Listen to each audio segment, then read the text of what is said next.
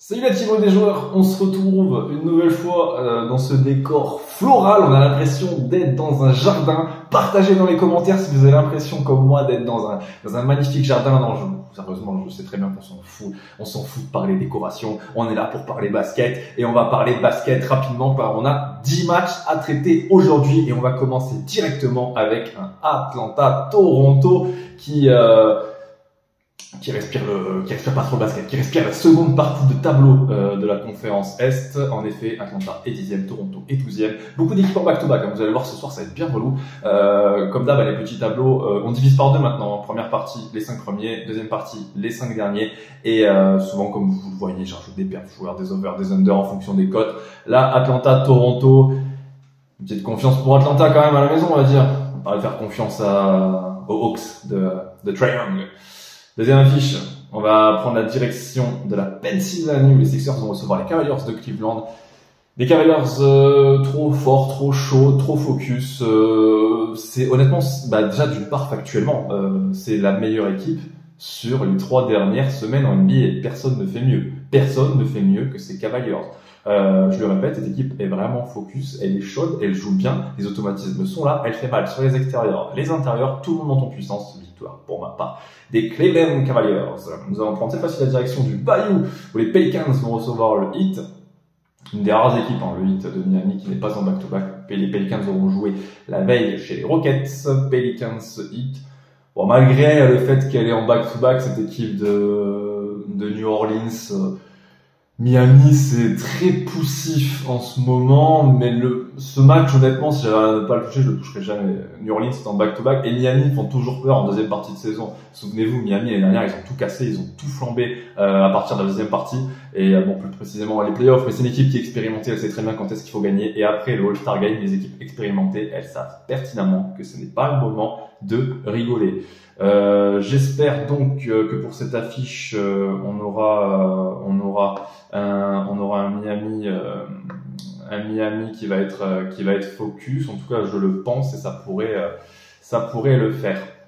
Nous allons prendre la direction du Thunder à présent. Le Thunder de KC qui reçoit les Wizards. Là, logiquement, j'ai envie de dire pas trop de suspense. On va pas trop forcer là-dessus. Logiquement, nous avons une équipe du Thunder qui devrait tous les jours l'emporter. Il y a clairement pas trop de suspense. On va pas trop se mentir. C'est vite fait, les Wizards, on les connaît. Ça ne jouera rien cette année. Ça ne jouera rien à l'avenir. Et honnêtement, j'en parle souvent dans la partie com. Je pense que c'est l'équipe qui part avec le pire désavantage possible sur le long terme. Cette équipe de Washington, c'est une catastrophe, c'est un désastre. En tout cas, courage et force à eux. Grizzlies Clippers. Bon, Grizzlies Clippers, pareil, on va pas s'éterniser là-dessus. Honnêtement, les Grizzlies, ils sont nuls, ils envoient une équipe, c'est tous les jours. Mais attention quand même, parce qu'ils remportent des matchs. Les Bulls, voilà, ils ont remporté les 2 derniers quand même. Mais on sait Memphis c'est quand même exceptionnel. Vous imaginez un peu l'équipe S-Pointe avec son équipe C. S-Pointe avec son équipe C depuis le début de la saison. Ils sont quand même à 13 victoires, 16 défaites en déplacement. Moi, honnêtement, je suis dans l'organigramme des Grises. Je me dis, il y a quelque chose à faire quand même pour l'avenir. Très, très sincèrement. Les grandes manœuvres ont commencé en plus. Le départ de Steven Adams, on récupère les tours de draft. Là encore, avec cette 13e place à l'ouest. Qui sait, on va récupérer un très bon tour de draft, comme les Blazers l'année dernière. Ils font 13e, ils récupèrent le 3e tour, ils mettent la main sur Scoot Anderson. Bon, tout le monde pensait qu'il était un peu plus chaud que ça, mais finalement non. Bon, ça va être compliqué quand même pour les Grizzlies. Les Clips devraient emporter malgré le fait que cette formation est en back-to-back. Pour rappel, les amis, on part avec Parions Sport en ligne qui vous offre un superbe bonus de 100 € en crédit de jeu non retirable. Et la magnifique nouvelle, c'est que peu importe qu'il soit gagnant ou perdant derrière, l'opérateur s'engage à vous verser ces 100 € dans la limite de 100 €. Bien entendu, vous pouvez très bien mettre 20 €, 40 €, 60, 80. Donc l'opérateur vous recrédite cet argent, c'est top. Honnêtement, imaginez vous gagnez votre pari, derrière vous avez quand même le free bet pour parier, c'est tout bénef. Nous allons enchaîner avec la deuxième partie de cette carte. Rockets Suns, même si les Rockets, on le sait, c'est terrible à la maison, 17-9, ça gagne de partout, 17-7 même je crois, 17-7 pour les Rockets. Les Suns sont au-dessus, puis les Rockets, honnêtement, ils sont à la ramasse depuis quelques temps. Je vois bien les Rockets s'incliner ce soir. Blazers Nuggets, suspense.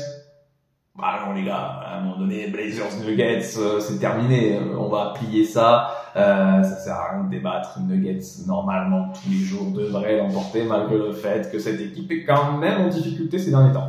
Warriors Hornets, c'est pareil en termes de suspense. Warriors Hornets, je vais vous trouver un perf joueur, un over-under, mais là, honnêtement, je vais pas vous envoyer sur un Warriors qui va être à 1,15, 1,20, ça sert à que dalle.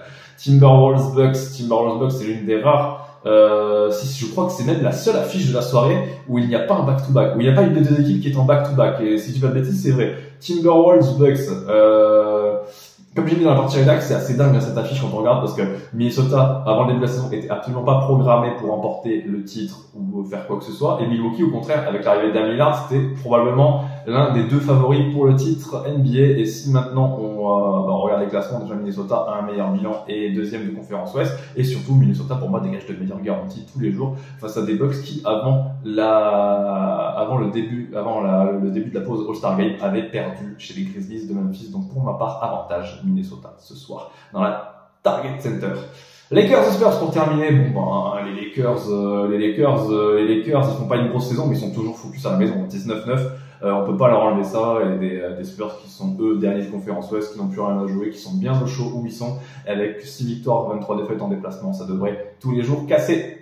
Voilà, j'en ai terminé. Les 10 matchs sont traités. Les amis, je vous rappelle que les jeux d'argent sont interdits aux mineurs. Et moi, je vous souhaite une excellente journée, excellente soirée, excellent week-end. Et on se retrouve lundi prochain. Ciao, ciao!